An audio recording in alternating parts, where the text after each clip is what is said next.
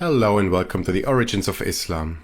In our quest to uncover the changing nature of the Quran, today we want to look at the Sira-Quran feedback, or at how the biography of the Prophet itself has influenced the Quran. The earliest biography of Muhammad was supposedly written by Ibn Ishaq around 760 AD. Now I'm aware that there are a lot of questions about Ibn Ishaq, whether he really existed, whether it was a collective of writers, or if he was just made up by Ibn Hisham. While a lot of these questions can't be answered, the evidence points to Ibn Hisham actually having worked with an original source from the 8th century. So that's what we're going to refer to as Ibn Ishaq. Whether there really was an Ibn Ishaq or not really doesn't matter for our analysis at this point.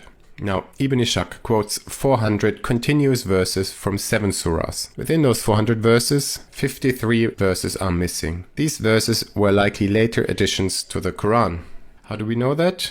Because not only does Ibn Ishaq quote those continuous verses from the Quran, he also makes it explicitly clear when he's jumping over certain verses. So if he's quoting in sequence several verses, and if he doesn't mention that he's jumping over verses, but verses are missing, we can assume that Ibn Ishaq was not aware of those missing verses.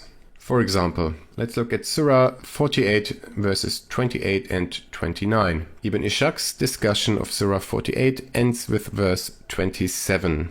Now verse 29 is an unusually long verse, and if you remember the very first episode which we did on the Origins of Islam, I already mentioned how a very long verse following a bunch of short verses is a sure sign for a later interpolation.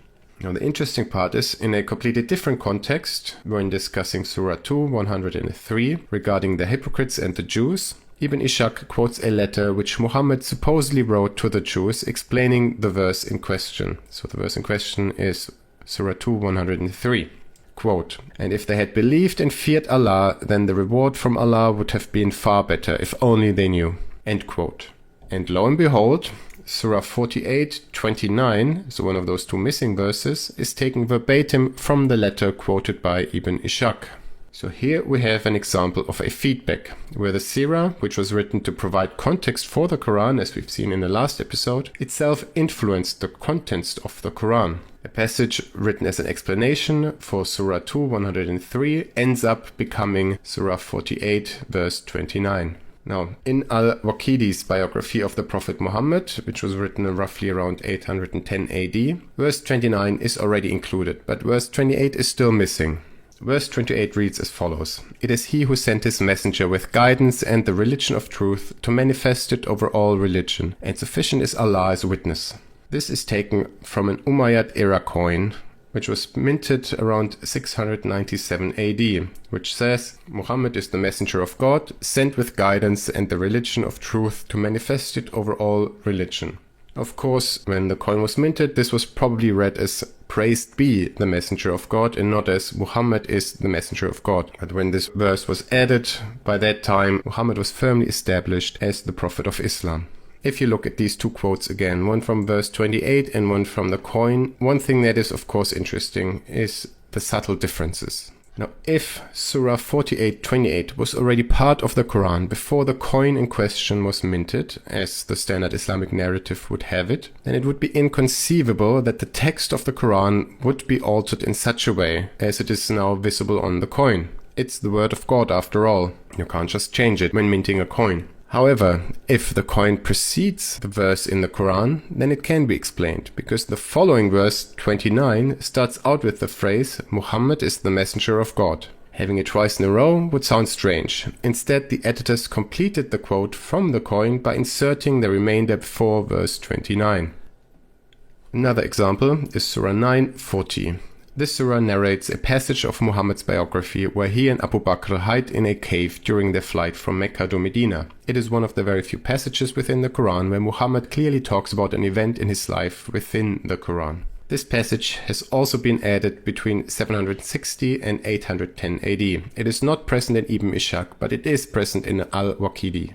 Other examples are multiple verses regarding the pilgrimage in Surahs 2, 5, 14, 22 and 48. These passages are first found in the Sira. Only later do commentators refer to these verses. So here we have something along the lines of the letter of Ibn Ishaq's biography, which later became a verse in the Quran. Now let's look at the story of Zayd and Zainab. Muhammad's adopted son, Zayd, is married to Zainab. In Surah 33, 36 to 38, it is described that Zaid is unhappy with his marriage. Muhammad falls for Zainab but tells Zaid to keep her. God reveals to Muhammad that he should marry Zainab. Zaid divorces her so that she can marry again. Elements of verse 37 are taken verbatim from Muqatil ibn Sulaiman's tafsir, which was written around 760 AD.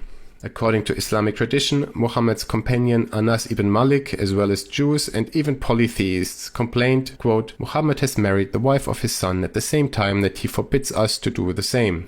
End quote. Strangely, Surah 4 verse 23 seems to allow the marriage to the wife of an adopted son, as it only prohibits marriage to the wife of a natural son. This indicates that Surah 4 verse 23 was altered at a later point in time to conform with Surah 33 verse 37 once it was added. And here I've tried to visualize this connection. So Surah 33:37 was added. "We gave her to you in marriage, the wives of their adopted sons."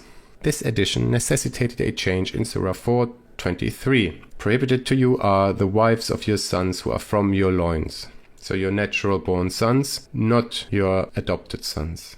In the next episode, we will have a closer look at the story of Zaid and how his narrative was a crucial part in turning Muhammad from a prophet into the seal of all prophets.